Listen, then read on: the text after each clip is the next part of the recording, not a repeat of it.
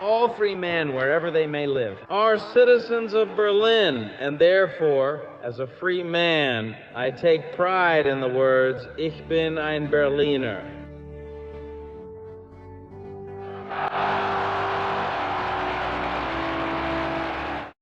Today we bring you a topic that partly follows up on what we already covered last month with our on-location video, the one in Gorizia.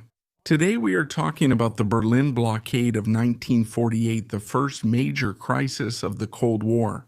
Because when the war, the Second World War, ends in May 1945, Europe, which appears as a devastated continent, crossed by millions of refugees, and with cities greatly reduced to rubble, with political systems completely collapsed, sees its natural center, we could say. Right in Berlin, the former capital of the Thousand-Year Reich, destroyed, conquered by the Red Army after weeks of very bloody fighting. And that city, that destroyed city, that pile of smoking rubble, was destined to become the center of a global conflict that would mark the second half of the 20th century, the Cold War, which had already shown its first signs at the Tehran Conference in 1943, when Stalin had first threatened to line up and shoot entire populations, entire political cadres, on a mass scale. Then, by asking for and seeing his request rejected, a substantial portion of the Italian fleet that had just surrendered. Then, in the summer of '44, with the Warsaw Uprising, a topic we have already discussed and covered on the channel. It's a topic right after the end of the war, from the tensions off the coast of Albania, where British ships ended up in unmarked minefields laid by the Albanians together with the Soviets, and later during the Greek Civil War. So all of this was nothing more than the prelude to the great game that would be played right there in Berlin, and which we will talk about today in this special episode of Inside History. The Berlin Blockade from 1948 to 1949 is the first major direct confrontation between the United States and the Soviet Union. After the defeat of Nazi Germany, this is not just a diplomatic crisis or an isolated incident like the Albanian minefield we mentioned earlier. For 11 months, the whole world holds its breath because it fears that from the ruins of Germany, a new and even more destructive war could arise. The blockade turns Berlin into the symbol of the confrontation between the two worlds. The first world, the capitalist one, and the second world, the socialist one, between the West and the Soviet bloc. It largely foreshadows the tensions of the following decades and marks Berlin. In addition to being a symbol, it also becomes the possible primary target of a total war. The crisis, it must be said, did not arise suddenly. If anything, it is the result of a gradual breakdown among the victorious allies of 1945, who were now incapable. At that time, they were unable to reach a clear agreement on the future of Germany and Europe. But to understand this, we have to go back to a topic that we have already partly discussed at the Potsdam Conference in the summer of 1945. The United States, the United Kingdom, and the Soviet Union decided at that conference to divide Germany, to separate it into 4 zones of military occupation, offering one to Free France. Berlin, even though it was entirely within the Soviet zone, was also divided into 4 sectors, each administered separately. In theory, the Allies were supposed to govern Germany together through the Allied Control Council. In reality, political differences emerged immediately and were irreconcilable. The United States saw European economic reconstruction as a strategic priority. Washington believed that poverty and chaos could favor the expansion of communist movements supported by Moscow.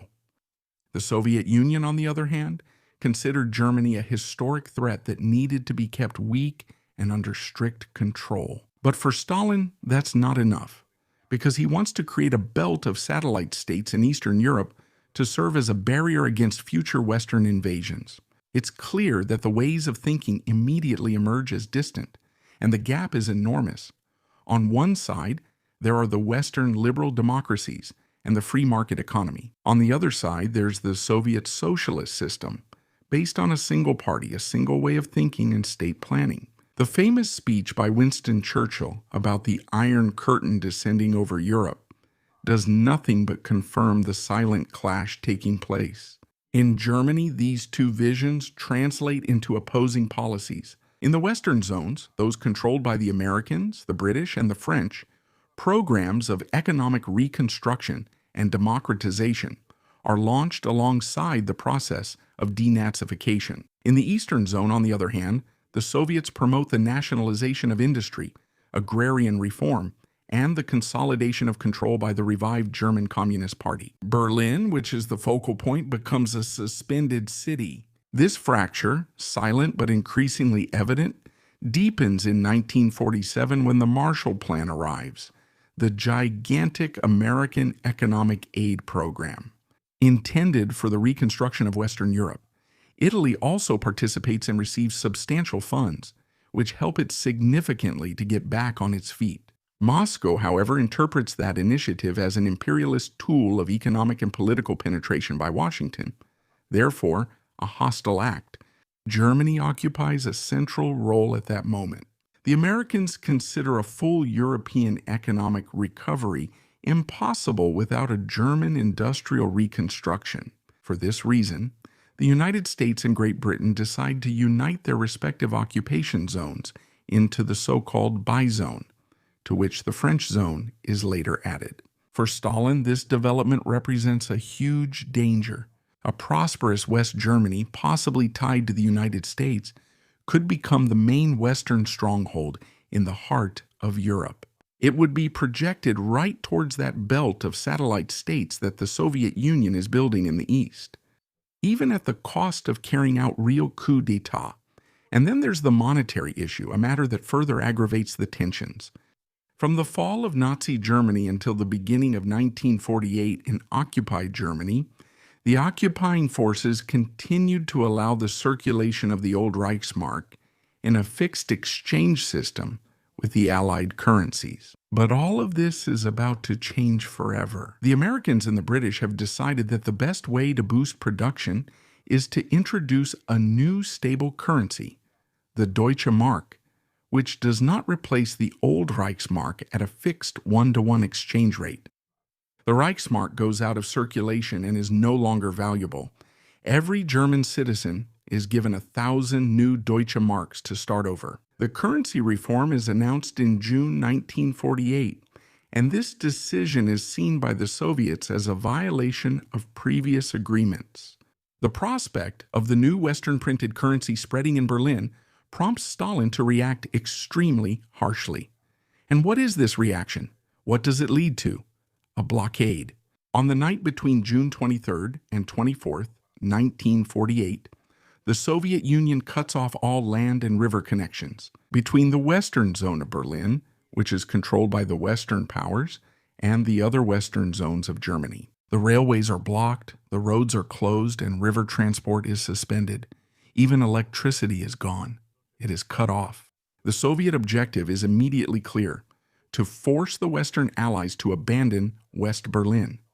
The situation appears dramatic right away. In the western sectors, more than 2 million people were living there at the time, with limited food supplies and coal for heating and electricity running low. West Berlin suddenly turns into an isolated enclave in the heart of Soviet-controlled territory. Many international observers at the time consider a Western withdrawal inevitable. After all, West Berlin is indefensible. There are about 150 kilometers between the city's perimeter and the borders of the bizone. 150 kilometers of territory occupied by the Soviets, who allow through neither troops nor civilian trucks carrying food rations. The crisis presents the United States with an extremely dangerous dilemma. Accepting the blockade would mean losing political and strategic credibility in Europe. Trying to force it militarily could provoke a direct clash with the Soviet Union, a new world war, something that no one wants. The hot potato of the case falls to the American president, Harry Spencer Truman, who immediately understands the seriousness of the situation. After years of nationalist policy, the United States had taken on a permanent role in European affairs. Berlin becomes a decisive test of American determination. Some American military officers, including General Lucius Clay, the military governor of occupied Germany, propose organizing an armed convoy to cross the Soviet blockade. But the idea is too risky and is immediately set aside.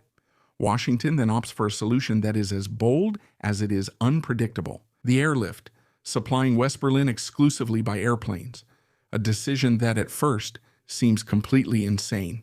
No one before then had ever tried to support a metropolis of over 2 million inhabitants through a permanent airlift. However, the post-war agreements guarantee the Western Allies the use of certain air corridors to Berlin, which the Soviets have not formally closed. And that's how an unprecedented undertaking is born.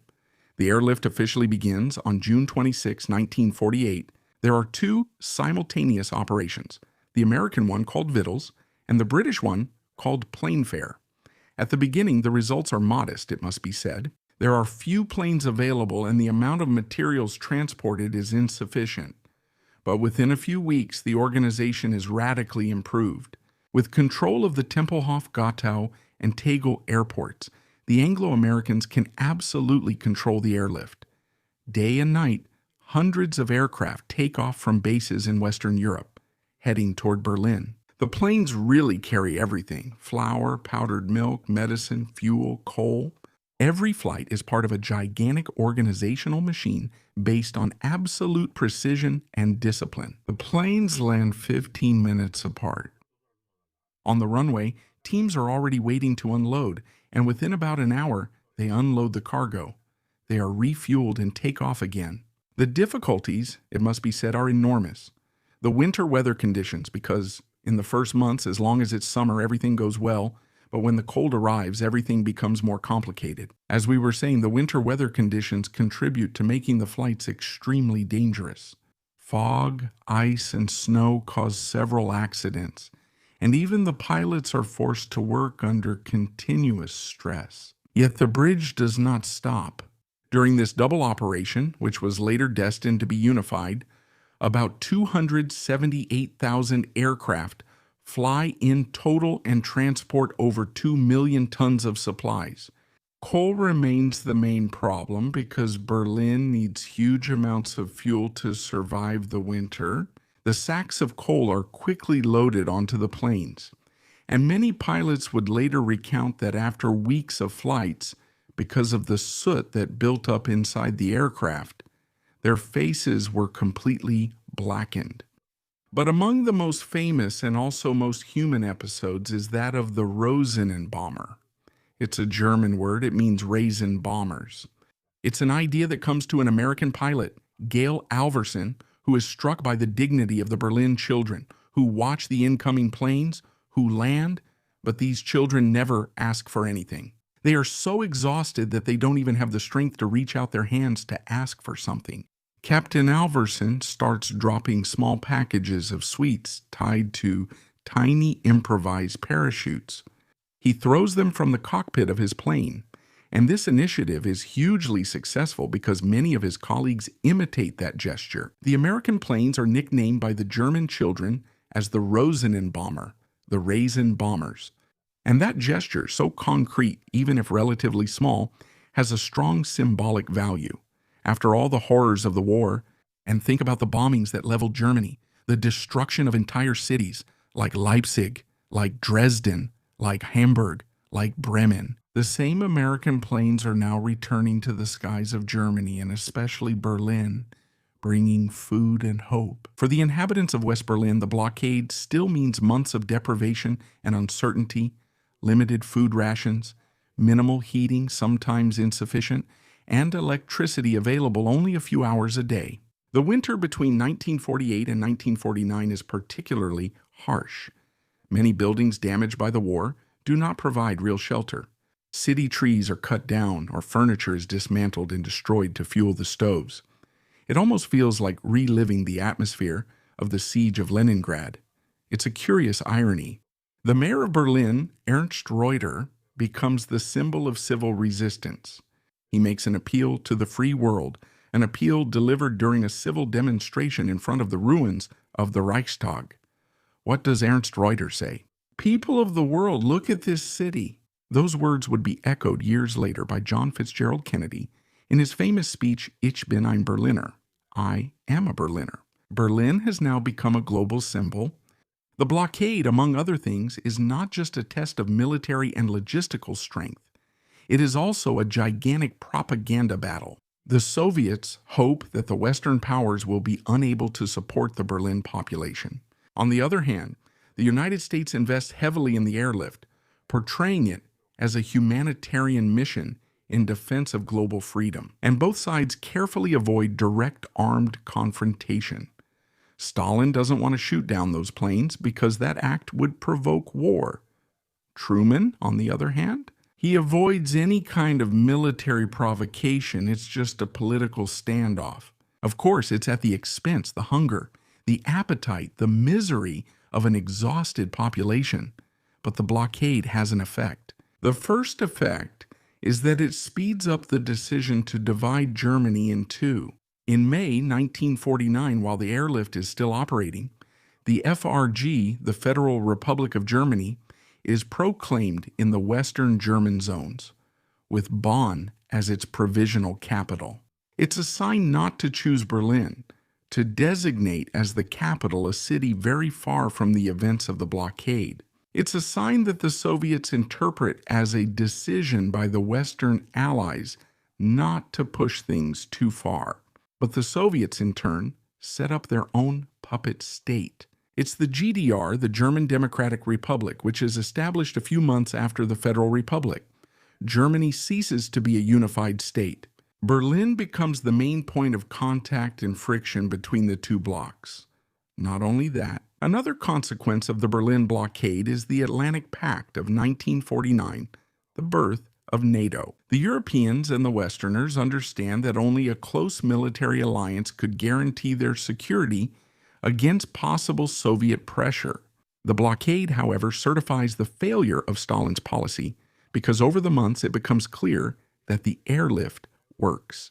Despite enormous difficulties, West Berlin is supplied and continues to survive. Contrary to what the Moscow strategists thought, the Berlin population does not rebel against the Westerners. On the contrary, they fraternize. Even on the diplomatic front, the Soviet Union is increasingly seen as a power determined to crush defenseless people with hunger and cold. On May 11, 1949, Stalin decided to lift the blockade of Berlin. Land communications are reopened, roads are passable again. The same goes for the railways. And little by little, even the river channels are available again. But the airlift continues for a few more months. The goal is to accumulate enough supplies in case of a new crisis. From that moment on, history takes a different turn. Formally, neither side gave in, but the political result is clear. The Western Allies will not and will never abandon Berlin, and Berlin itself is under the eyes of the whole world. After 1949, Berlin remains the main symbol of European division, of the Iron Curtain. For over 40 years, the city represents the physical and also ideological border between two opposing political systems.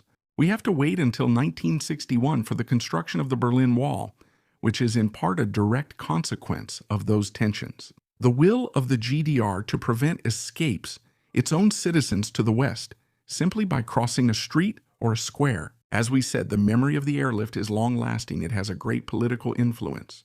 During the Cuban Missile Crisis, President Kennedy gathers a crisis committee that puts Berlin at the center of everything. Attacking Cuba, invading it to remove the disputed nuclear missile installations provided by the Soviet Union, would provoke a new blockade of Berlin or even an attack on West Berlin by the Soviets.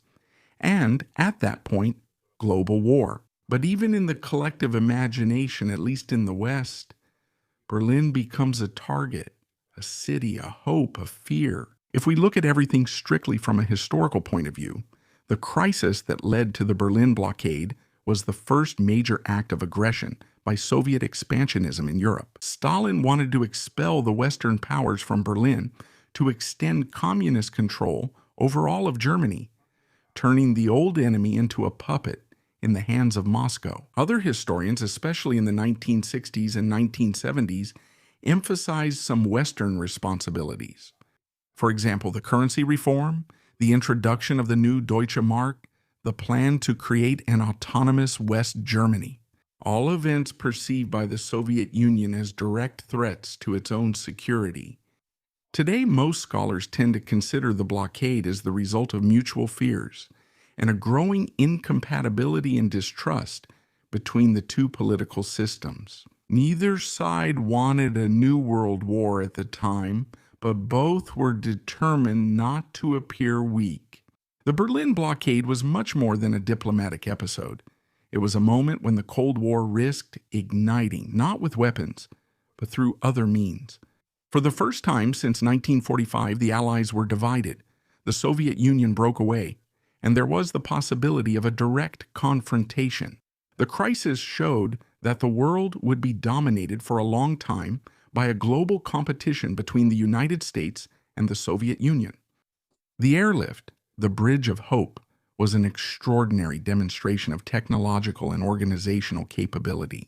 No logistical operation of such scale had ever been attempted in peacetime, but above all, the blockade turned Berlin, as we were saying, into a universal symbol, a city destroyed by war that becomes the center of the ideological struggle of the 20th century, the place where two opposing visions of the future face each other. When the Berlin Wall falls in November 1989, many historians see that event as the natural conclusion of the crisis that began 41 years earlier with the Soviet blockade and the airlift. That Cold War, which for many had begun in Berlin, even though, as we've said, it had actually shown signs elsewhere, had symbolically found its end in Berlin, in the very same city. Fine.